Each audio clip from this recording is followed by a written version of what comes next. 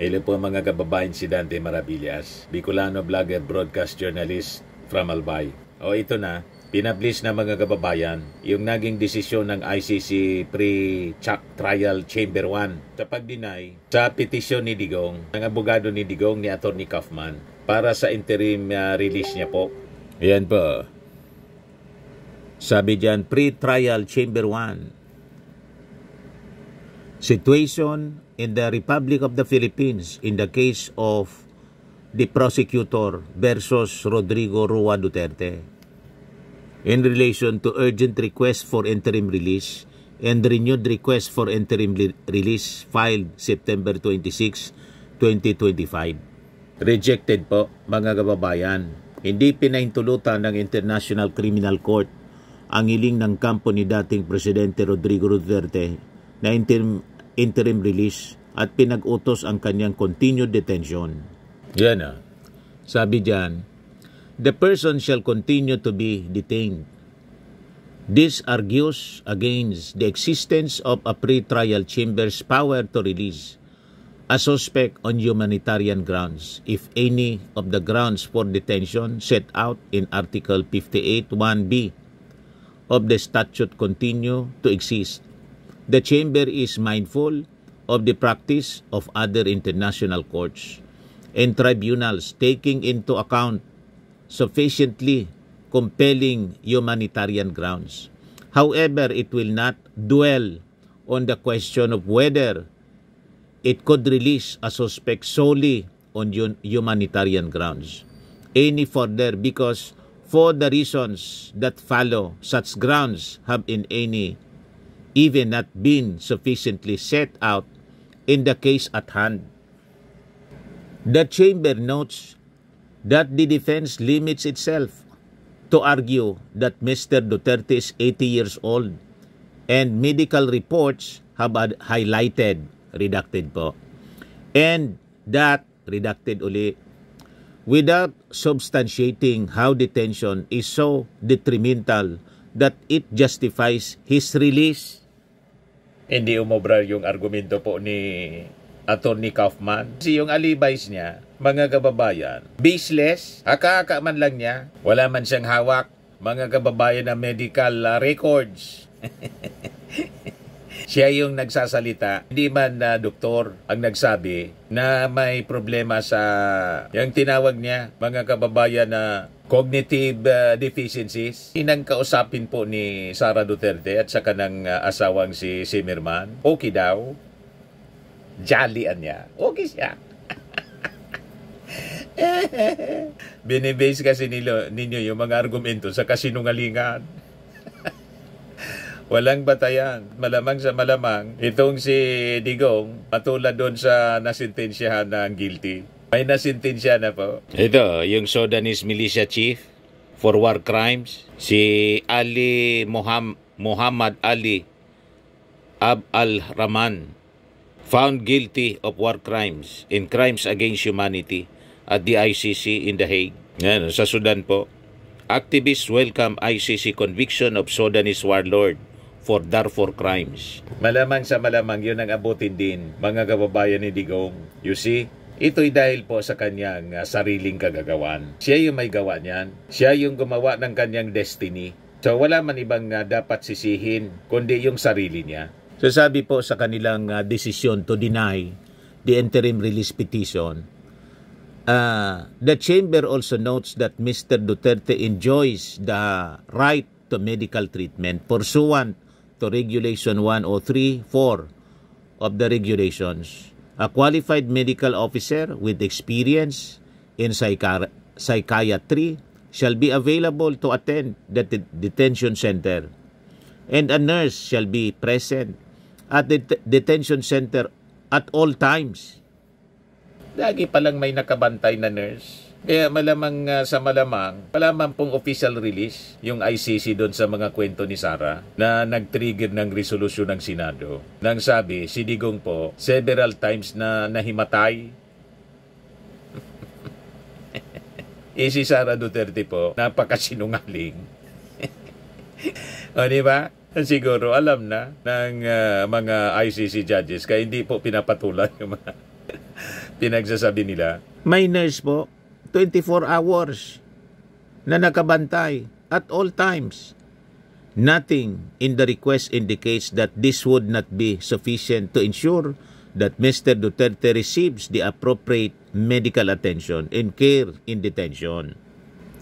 In addition, the court has put in place measures to ensure that Mr. Duterte's right to family life is guaranteed. Notably, he may receive visits from and call his family members. Redacted po.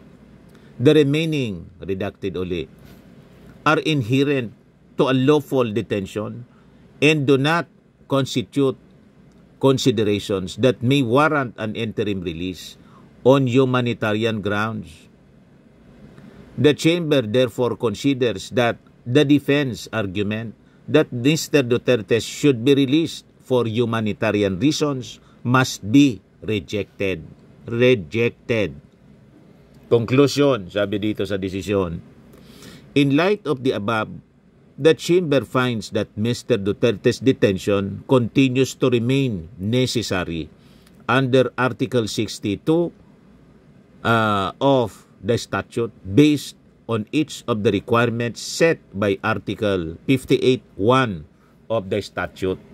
Napakalinaw ng desisyon mga kababayan at yung desisyon po ay truthful and fair. Tama yung argumento po ng Chamber 1 ng ICC. Kasi pag pinagbigyan po yung interim release, malamang sa malamang hindi na po babalik si Digong. Unang-una, hindi man po nire-recognize ni Digong yung ICC. O di ba? Ang tawag nila kidnapping. Kaya nga po itong ginagawang issue laban sa administrasyon, ginagatungan ang mga mamamayang Filipina. Alam naman ng ating mga kababayan kung ano yung kwento. Di ba po? Kaya tama itong sinabi ni Trillanes. Sabi ni Trillanes, BP Duterte using father's illness to stir unrest, oust PBBM plot. Gumagawa sila ng kwento para gatungan yung damdamin ng ating mga mamamayang Filipino. Kaya pinapalabas nila. Mahina na yung dating Pangulo. Si Elizabeth Semerman, in-interview ni Harry Roque, sinabi yung totoo. Okay niya siya. Jolly nga eh. Lungkot na lungkot si Harry Roque habang ini-interview.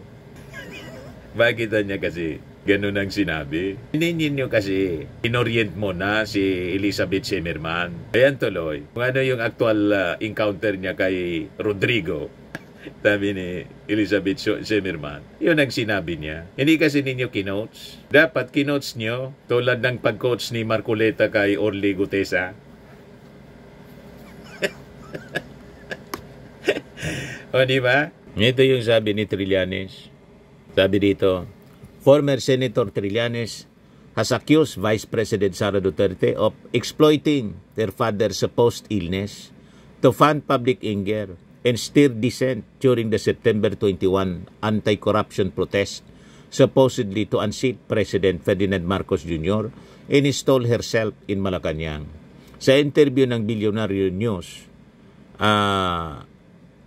Trillanes claimed that he received information that the motion of the former president to postpone his confirmation of charges hearing in the ICC was deliberately filed to coincide with the mass action staged by his loyal supporters. Sabi ni Trillanes, based on the information we were getting at the camp of the Dutertes, they were given the information that Sara would be installed as president during the September 21 rally. Sabi ni Trillanes, they were so confident that she would be in power soon. That's why they wanted to delay the proceedings. So they came up with that cognitive decline alibay, sabi po ni Trillanes. Binuking mismo, mga kababayan sila ni Sara. Si Sara mismo yung nagsabi, okay niya siya, no? Sunod, yung kanyang nanay. Kaya ngayon, sa October 12, may plano sila uli na people power, kuno, Siguro diyan na magtitipon sa sa Davao yung malaking grupo. Kaya lang tinamaan ngayon ng lindol.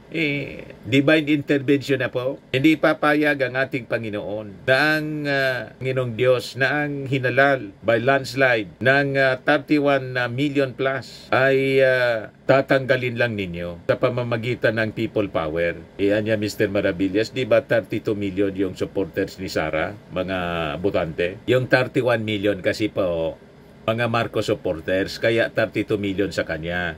Matagal na natin itong pinapaliwanag. Kaya di ba, kung totoo na may 32 million siya, bakit hindi pa na-unseat yung ating Pangulo? Hindi siya makaipon ng mga tao sa mga rallies. O konti lang sila po. Less than 1 million lang sila, mga kababayan, yung mga DDS. Kasi po, yung mga Duterte, si Digong, yung 16 million na boto ni Digong, Marcos supporter po, wala man silang mass base sa buong Pilipinas. Davao man lang po sila. Di ba? O ngayon, divine intervention na. Tinamaan kanina ng lindol yung Davao Oriental, pati Davao City, Nianig, buong Mindanao na naramdaman nga po kahit dito sa Bicol, Sorsogon at Albay, napakalakas, 7.6. Kaya lang dinowngrade 7.4 daw magnitude yung lindol. Kita niyo, durog-durog na. Maraming mga buildings po ang nag-collapse. Pagkatapos, magrarally pa kayong Marcos resign. Yan, di ba? Napaka-insensitive naman ninyo pag gitna ng trahedya, politika pa rin yung iniisip ninyo. Yung ating Pangulo, ipinag-utos agad-agad. Yung pagtulong, rescue, search, and distribution ng mga ayuda doon sa mga nabiktima. You see, walang pinipiling lugar yung ating Pangulo kasi presidente siya ng buong Pilipinas. Ngayon, yung abogado ni Digong nagreklamo. Sabi niya, he was neither shown any written consent for publication of the former president's medical information nor permitted to leave the ICC detention center with a factual report in his possession. Ipinos kasi po ng ICC prosecution na i-examine, isa-ilalim sa examination, medical examination through itong tatlong medical expert para ma-examine ang fitness ni Digong to stand trial. Sabi dito, the prosecution supports the appointment of a multidisciplinary panel of experts for the assessment of Mr. Duterte's fitness to stand trial and suggests that it should consist of at least 3 experts in the fields of forensic psychiatry, neuropsychology, and behavioral neurology. Kaya kinontra po kaagad ng defense kasi mabubuking po yung kanilang mga alibis. Hindi man totoo na unfit si Digong to stand trial. Yan pinalilitaw nila mga kababayan plus yung mga kwentong himatay para i-justify po yung interim release. I-denied po. O di ba? Sabi ng mga netizen, sabi ni Annalyn, hindi umobra ang strategy. Sabi ni May Bernabe Gasa, kala ko ba pagsisipain niya ang ICC, tas ngayon pabiktim na. Sabi ni Robert, sakit-sakitan pa more. Sabi ni Jo Marie Lucasan, akala nila pinaskort lang. Kaya tama lang po, mga kababayan na sa ICC talaga. At dito po sa Pilipinas yung trial. Kasi kung dito po, walang mangyayaring matino po.